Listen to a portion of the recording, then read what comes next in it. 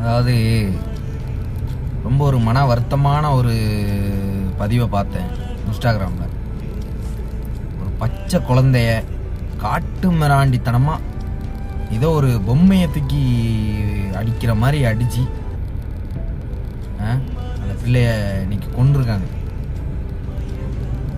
எவ்வளோ பெரிய ஒரு கொலை தெரியுமா இது? அருவாளால் ஒருத்தனை வெட்டி சாய்ச்சிருவாங்க, அது பெரிய விஷயம் இல்லை. ஒரு பச்சிலம் குழந்தைய அடிச்சு 52 இடத்துல அந்த குழந்தைக்கு காயம் இருந்திருக்கு. கை ரெண்டும் உடஞ்ச நிலைமையில கெட்டு போட்டு இருக்கு அந்த குழந்தை. அப்பமும் தான் தாய்கிட்ட அதை எதிர்பார்த்தது என்னன்னா ஒரு அரவணைப்பை மட்டும்தான் எதிர்பார்த்துருக்கு அந்த பிள்ளை பையன். ஆனா அந்த ஒரு அரக்கன், அந்த அரக்கன் அது அவன் பிள்ளை இல்லைல்ல, அது அவன் பிள்ளையா இருந்தா அவன் பார்த்துருப்பான்லாம்.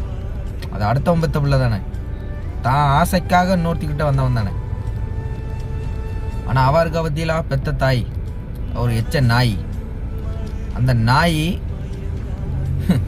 தான் பெத்த பிள்ளை 10 மாதம் சுமந்த பெத்த பிள்ளைய இந்த நிலைமைக்கு ஆக்குறானே அப்படின்னு சொல்லி வருத்தப்படாம அவங்க கூடயே சேர்ந்து அந்த பிள்ளையும் கொண்டு இருக்கா இன்னைக்கு.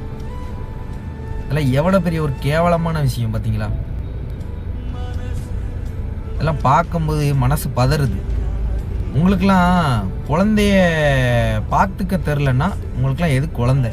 முதல்ல குழந்தை ஏன் பெற்றுக்கிறீங்க? முதல்ல அப்படி இல்லாச்சும் பெற்றுட்டீங்க, பெற்றாச்சும் அதை எங்கேயாவது ஒரு இடத்துல போட்டு போனால் கூட யாராவது எடுத்து அதை வளர்த்துப்பாங்க. ஒரு கோம்பலையாவது அது நல்லபடியாக வளர்ந்துருக்கும், இன்றைக்கி உயிரோடு இருக்கும். இப்படி ஒரு உயிரை அநியாயமாக கொன்னுட்டீங்கிற ஒரு குற்ற உணர்ச்சி இல்லாமல் கேரளா காவல்துறை அவன் அரக்கனை கைது பண்ணியிருக்கு. அவனுக்கு ஒரு கொடுமையான தண்டனை அவனுக்கு கொடுக்கணும்.